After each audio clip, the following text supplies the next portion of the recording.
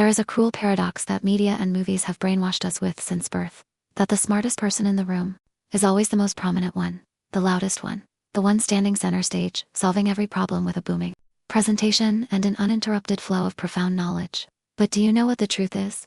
The truth is that if you step into a crowd, the person possessing the highest IQ actually looks like the most boring, the quietest, and sometimes even gets misunderstood as a socially awkward fool. Try to recall a Friday night when you were dragged into a loud party or a tense departmental meeting. While everyone around you is fiercely arguing, talking over each other, desperately trying to prove themselves, and slamming their egos onto the table. You choose a hidden corner, sit in silence, take a sip of water, and just use your eyes to scan every single face. You aren't silent because you don't know what to say, but because your brain is busy, operating like a supercomputer, gathering data, analyzing the most microscopic emotional clues, recognizing who is lying through an unnatural blink, and decoding the entire hidden power dynamic in that room long before anyone else even realizes it. A habit of observing rather than speaking that psychologists refer to as masterful behavioral pattern recognition. And then, when someone suddenly turns to ask for your opinion on a complex issue, instead of delivering a answer to show off, you hesitate and say, "I really don't know." In that exact moment, the eyes of those around you might judge you harshly, thinking you are incompetent. But little do they know that inside your head, dozens of branching paths of the problem are unfolding. You see too many variables, too many blind spots, and it is precisely that profound understanding that makes you realize the limits of truth. That isn't low self-esteem. It is the exact inversion of the Dunning-Kruger effect, where empty vessels loudly delude themselves into thinking they know everything, while genius minds always carry a highly rational humility in the face of the world's colossal complexity.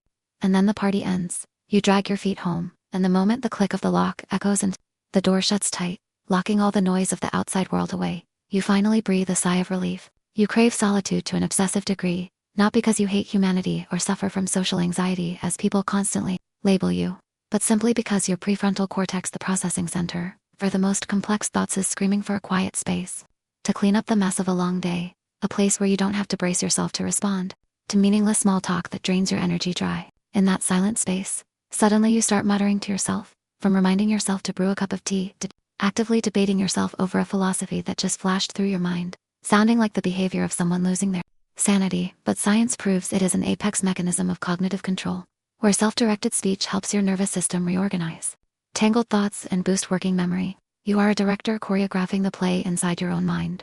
But then, as the night deepens, instead of drifting into sleep like normal people, your biological system seems to truly awaken. The darkness and the stillness of the night are the absolute favorite playgrounds for those with high IQs. Bizarre evolutionary adaptation that allows the brain to flexibly break away from traditional circadian rhythms. And that is also when the monster named overthinking begins to rise. You lie there staring at the ceiling, flipping a brief morning text message over and over in your head, analyzing every comma, every word choice of the sender, mentally painting dozens of possible scenarios stemming from a trivial decision. Outsiders looking in would sigh and call you an anxious, indecisive mess. But deep down, that is the hallmark of an analytical machine that never knows how to power off, a brain that cannot accept shallow surfaces and constantly hungers to dig down to the absolute root of every possibility. That extreme curiosity doesn't just stop at macro-philosophical issues. It seeps into the most mundane, trivial things of daily life. You walk down the street and suddenly wonder why the pavement tiles are arranged in this specific pattern, why humans have a tendency to force a polite smile when walking past each other. Your brain is like a perpetual motion engine, constantly devouring reality to find invisible rules, turning you into a tireless question-asking machine. And sometimes, it is the lightning-fast connection between those bizarre rules that explodes into your sharpest weapon, a dark, biting, and distinct sense of humor. To craft a joke that makes others freeze for a second before bursting into laughter, your brain had to execute a complex cognitive gymnastic routine recognizing patterns, shattering expectations, and linking to entirely unrelated ideas together in less than a tenth of a second, which is exactly why your jokes are sometimes so high-level or aggressively satirical that shallow thinkers can only frown in confusion. But the true pinnacle, the thing that flips every stereotype about intelligence completely upside down, lies in the moment your ego is broken. While most people in this world treat their beliefs as the core of their identity, clinging to outdated views and bristling with defensive anger when challenged, you treat your beliefs like software that can be updated when new evidence, sharp data appears and slaps you right in the face, smashing what you previously thought was right. Instead of rage, your brain generates a strange euphoria of cognitive flexibility. You are entirely willing to discard the old perspective, laugh at your own ignorance from yesterday, and change your mind instantly, because to you, the truth is vastly more important than the ego, and admitting you are wrong is the highest rung on the ladder of intellectual evolution. Right here, pause for a beat and let this truth pierce straight through the insecurities you've held for so long. Do you realize that all the behaviors that made you feel like an outcast, an alien incapable of fitting into this society, the isolation from crowds, the habit of muttering to yourself, the sleepless nights spent overthinking, the hesitation in saying, I don't know, and the hollow feeling when no one gets your joke were never defects that needed curing. They are ironclad proof, the biological fingerprints of a brain programmed to process this world at a blindingly high resolution.